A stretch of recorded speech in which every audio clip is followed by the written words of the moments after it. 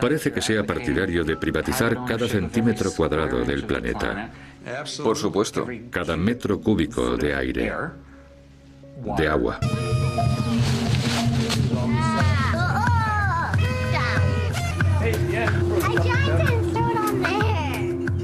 ¿Se imaginan un mundo en el que una de las cosas propiedad de la corporación sea la canción Cumpleaños Feliz? De hecho, una filial de AOL Time Warner tiene los derechos de copyright. Exigían más de 10.000 euros para que ustedes pudieran oír a estos niños cantando el Cumpleaños Feliz en este documental. No hemos pagado.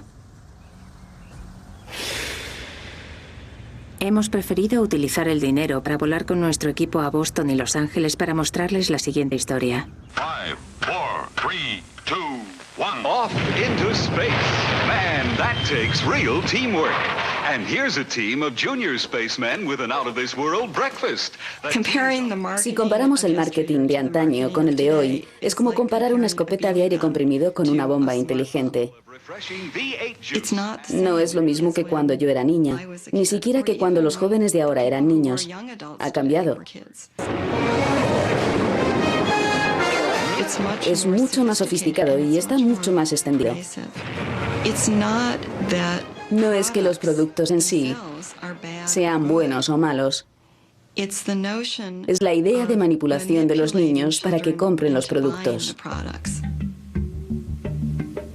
En 1998, Western International Media, Century City y Lieberman Richter Worldwide realizaron un estudio sobre los niños que piden productos a sus padres. Pedimos a los padres que mantuvieran un diario durante 3 semanas y que apuntaran cada vez que sus hijos les daban la lata por un producto. Les pedimos que apuntaran cuándo, dónde y por qué.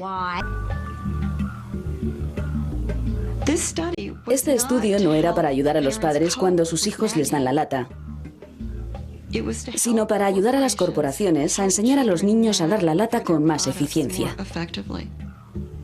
Después de ese periodo de 3 semanas, seguimos con una entrevista telefónica para averiguar qué es lo que les habían comprado, de forma que pudiéramos vincular una cosa a la otra, el dar la lata y la posterior compra. Entre un 20 y un 40% de las compras no se hubieran realizado a menos que el niño hubiera dado la lata a sus padres. Por ejemplo, encontramos que una cuarta parte de todas las visitas a los parques de atracciones no se hubieran realizado de no haber insistido los niños a sus padres. Tenemos que vencer esta barrera y que nos digan que no les gusta que sus hijos les den la lata. Esto es una actitud generalizada que suelen mantener, pero ello no significa que necesariamente tengan que obedecer al 100% de las ocasiones. Se puede manipular a los consumidores para que quieran y, por lo tanto, compren sus productos. Es un juego. Los niños no son pequeños adultos porque no tienen desarrollada la mente. Y lo que está ocurriendo es que los publicistas juegan con la vulnerabilidad de los niños por su falta de desarrollo.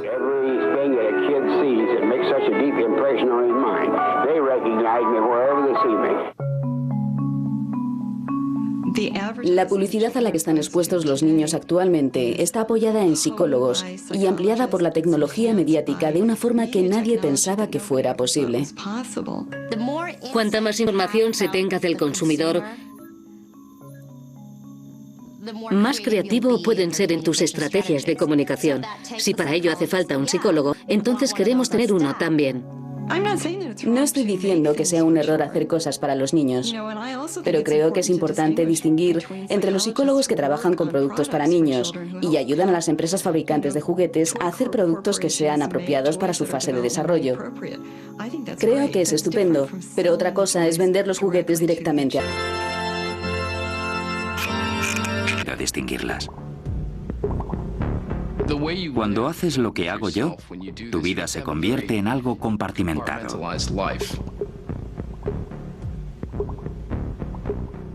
Básicamente soy un espía. Mi trabajo abarca todos los sectores industriales. Prácticamente he trabajado para el 25% de las empresas del Fortune 500. Es difícil cuando tienes a todas estas corporaciones multinacionales expandidas por todo el planeta, cuyos beneficios son superiores al Producto Nacional Bruto de algunos países. Hay tanto en juego que la competencia lo es todo. Es una gran sensación estar a la entrada de, por ejemplo, Xerox, observando este edificio gigante y pensando, ¿cómo lo voy a hacer para conseguir el diseño de la nueva impresora de chorros de tinta? No es nada fácil, pero precisamente por eso me gusta.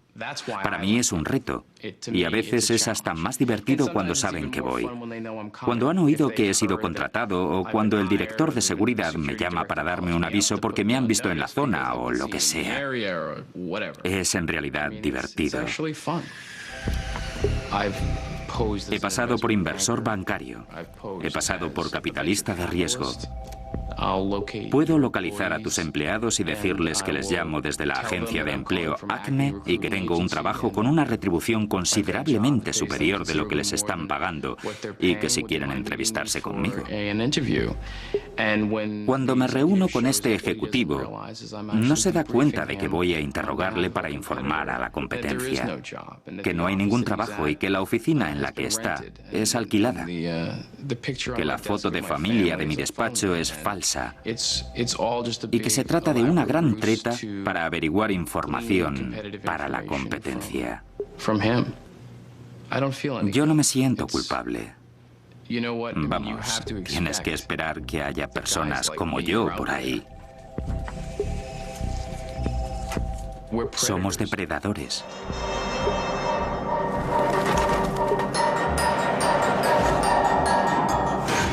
Es una cuestión de competencia, de cuota de mercado, de ser agresivo, del valor para el accionista, de a qué cotización están tus valores hoy.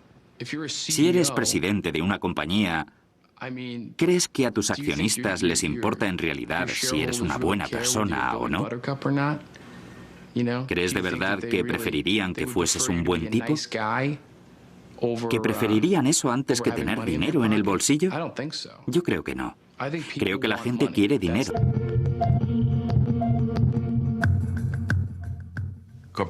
Las corporaciones no anuncian productos en particular.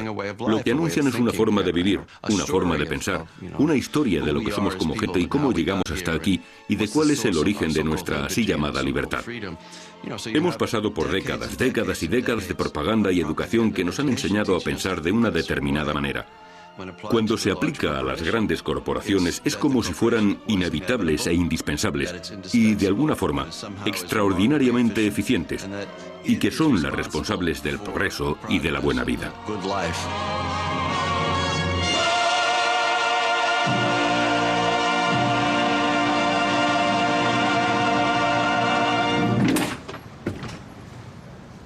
La gestión de la percepción es un concepto muy interesante. Básicamente es un método que nos ayuda cuando trabajamos con nuestros clientes, mediante un proceso de pensamiento muy sistemático, de forma que podemos ayudarles a identificar cuáles son los recursos de los que disponen, cuáles son los obstáculos hacia el éxito y cómo podemos utilizar las comunicaciones para ayudarles a conseguir sus objetivos.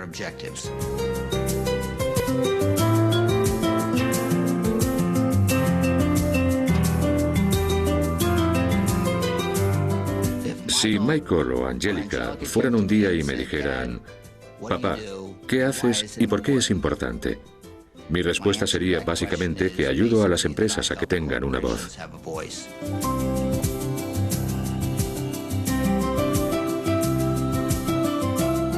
Yo ayudo a las corporaciones a compartir el punto de vista sobre cómo se sienten respecto a las cosas.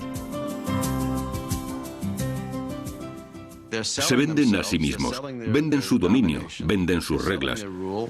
Están creándose una imagen como la...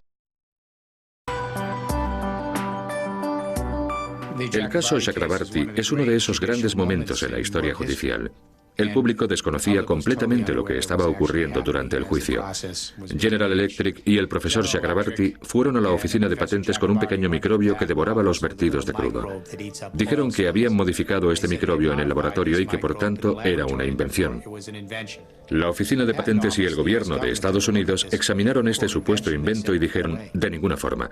Los estatutos de la patente no cubre a seres vivos, esto no es una invención, y lo rechazaron. Entonces, General Electric y el profesor Chakrabarti recurrieron al Tribunal de Apelación de Estados Unidos y, para sorpresa de todos, por mayoría de 3-2, anularon la decisión de la Oficina de Patentes. Dijeron, este microbio se parece más a un detergente o a un reactivo que a un de la economía en el que la información nos llega filtrada por las multinacionales de medios de comunicación y por el poder de los poderosos anunciantes. ¿Quién defenderá nuestro derecho público a saber y qué precio deberemos pagar por conservar nuestra capacidad para tomar decisiones bien informados?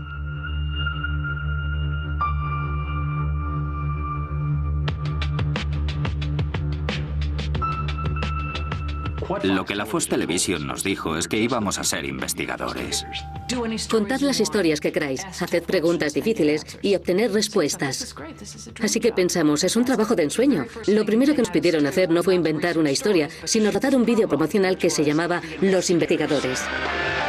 Contó Jane, fue el descubrimiento de que la mayoría de la leche del estado de Florida y de gran parte del país estaba adulterada con los efectos de la hormona de crecimiento bovina que estaban inyectando los granjeros a sus vacas para que pudieran producir más leche. Con Monsanto no me había dado cuenta de lo eficaz que podía ser una corporación para conseguir algo en el mercado. Era algo sorprendente. Los niveles de coordinación que debían tener. Tenían que tener a profesores universitarios en su poder, debían tener expertos en su poder, tenían al público en su poder y, por supuesto, a la administración. No nos olvidemos. Tenían que tener convencidos a los reguladores federales de que se trataba de un producto bueno y seguro para ponerlo en el mercado. Y lo hicieron muy bien. It's a great time to be a high-producing cow. Posilac One Step, bovine somatotropin by Monsanto. El gobierno federal se limitó a ponerle un sello antes de permitir su salida al mercado. Las pruebas de toxicidad para los seres humanos más larga fue de 90 días utilizando 30 ratas. Posilac is the single most tested new product in history and is now available to you specifically so you can increase your profit potential. Y o bien Monsanto entregó unos resultados erróneos a la administración, o la administración no se molestó en examinar detalladamente los propios estudios de Monsanto. Los científicos del Departamento Canadiense de Salud examinaron detenidamente la hormona del crecimiento bovino y llegaron a conclusiones muy diferentes de sus homólogos en Estados Unidos. Monsanto's engineered growth hormone did not comply with safety requirements. It could be absorbed by the body and therefore did have implications for human health. Mysteriously, that conclusion was deleted from the final published version of their report. Sabían que había problemas, vieron que había serios problemas potenciales para la salud y por ello en Canadá se mantuvieron firmes y dijeron que no iban a aprobarlo porque no creían que fuera seguro. We have been pressured and coerced to pass drugs of questionable safety, including the RBST. I personally was very concerned that there's a very serious problem of secrecy, conspiracy, and things of that nature, and something needs to be done. El Departamento de Salud tenían que dar una respuesta y tenían que encontrar alguna que fuera buena, pero no aprovecharon la oportunidad de retirar el producto del mercado y decir que necesitaban hacer lo que no habían hecho en un primer momento. No lo hicieron. Nosotros escribimos la historia, la teníamos preparada con una semana de antelación, habían comprado anuncios.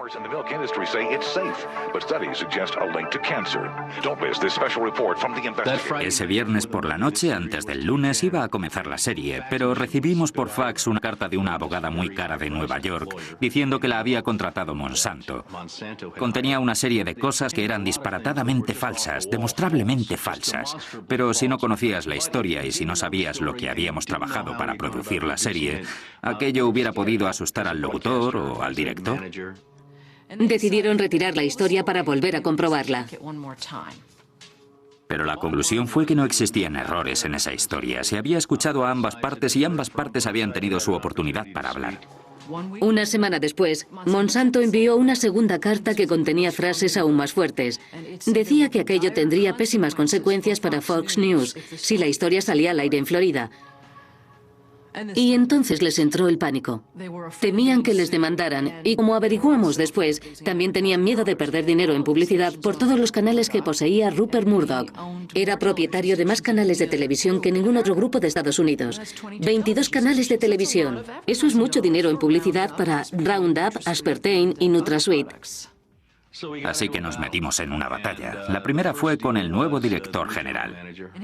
Se llama Dave y era un vendedor. Te sacudía la mano y te decía, ¿cómo estás? Nos llamó arriba a su oficina y nos dijo, ¿qué dirías si acabo con esto? Si no lo difundimos. que no nos hacía mucha gracia. Entonces nos dijo, pues podría acabar con ello. Y nosotros, pues claro, eres el director y puedes hacer lo que quieras. Entonces se puso a vacilar y a dar vueltas de un lado a otro, y nosotros sin saber de qué iba todo aquello hasta que finalmente lo soltó. Mirad, ¿se lo diríais a alguien? Y le dije, yo no voy a mentir por ti. Y una semana después nos volvió a llamar a la oficina para decirnos, de acuerdo, queremos que hagáis estos cambios. De hecho, vais a hacer estos cambios. Entonces nosotros le dijimos, mira, déjanos enseñarte la investigación que muestra que esta información que quieres que emitamos no es verdad. Y nos respondió, eso no me importa. Y yo, ¿perdón? Dijo, para esto es para lo que tengo abogados. Escríbelo de la forma que quieren los abogados. Y yo, pero esto son noticias, es importante. Esto son cosas que necesita conocer la gente. Y esto nunca lo olvidaré porque sin pensárselo un segundo me dijo, hemos pagado 3.000 millones de euros por esos canales de televisión y nosotros te diremos cuáles son las noticias. Las noticias es lo que nosotros decimos que son. Le dije, pues no lo hago. Y él, bien, si te niegas a presentar esta historia de la forma que pensamos que debe ser presentada, serás despedido por insubordinación. Le dije que iría a la Comisión Federal de Comunicaciones y comunicaría que el jefe de este canal me ha expulsado de mi trabajo por negarme a mentir a la gente por la televisión. Y me dijo, muchas gracias, recibirás noticias nuestras enseguida. Pasaron 24 horas y no recibimos absolutamente nada. Una semana después nos vuelve a llamar y resulta que han cambiado la estrategia. ¿Qué te parece si te damos dinero y desapareces? Y yo le dije, ¿cuánto dinero? Porque cuando alguien te ofrece sobornarte así, siempre quiero saber si valdría la pena. Nos iba a ofrecer el resto del salario del año si aceptábamos no hablar de lo que había hecho Monsanto y no hablar de la reacción de la corporación Fox sobre suprimir la historia. Y esto es importante, no hablar de dicha historia, no hablar del BGH nunca en ninguna parte, no llevar esta historia a ninguna organización de noticias. Cerrar la cremallera. ¿Quieres decir que si voy a las reuniones del colegio de mi hija y me preguntan qué hay en la leche que dan en la comida de la escuela, no puedo decírselo? Me dijo, no puedes hablar de esto en ninguna parte. Y Steve dice, bueno, ponlo por escrito. Y yo pensaba, ¿qué estás diciendo? ¿Cómo que lo ponga por escrito? Pero no dije nada. Entonces Dave lo puso por escrito y nos lo envió por mensajería 2 días después. Nos dijo, ¿vais a firmar?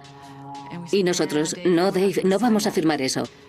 Y él, bueno, pues devolvédmelo, ¿vale? Y nosotros, no, Dave, no te lo vamos a devolver. Y entonces dijo, bueno, no podemos compraros, no podemos haceros callar. Vamos a emitir la historia en una forma en la que podamos estar todos de acuerdo que pueda emitirse. Y empezamos a reescribir y editarla con sus abogados. Durante esta revisión de 8 meses, esta palabra, revisión, me resulta graciosa, hicieron cosas como, por ejemplo, quitar la palabra cáncer, porque decían que no había que identificar cuál era el problema potencial, simplemente decir consecuencias para la salud. Quitaron o minimizaron cualquier crítica a Monsanto o a su producto. Muy claro. Diría que su objetivo era modificar cada palabra del informe. Y cambiamos esto y lo otro y lo de más allá. Y entonces no era suficiente, con lo que cambiamos esto y lo demás. Versión tras versión. 83 veces. No tendríamos por qué reescribir algo 83 veces. Obviamente no querían emitirlo y estaban intentando volvernos locos y hacer que abandonáramos o esperar a encontrar el primer resquicio en nuestro contrato para poder echarnos. Y en efecto, anunciaron que iban a echarnos sin ninguna razón. Bueno, esto ya era demasiado. Steve escribió una carta al abogado en Atlanta que se llamaba Caroline Forrest, la abogado corporativa de Fox. Y yo le dije, este despido no es por ninguna razón. Nos están despidiendo porque nos negamos a emitir algo que sabíamos y demostramos que era falso y engañoso. Esa es la razón, puesto que no nos dejamos amilanar. Porque fuimos capaces de enfrentarnos a esta gran corporación, a sus editores y a sus abogados, y por ser capaces de decirles, mirad, debe haber un principio superior al de simplemente ganar dinero. Y nos contestó por carta en la que nos decía, esa es exactamente la razón. Os habéis enfrentado a nosotros en esta historia y por eso os estamos despidiendo. Gran error. Eso significa venganza. No te puedes vengar contra empleados por negarse a hacer algo que creen que es ilegal o en lo que no quieran participar.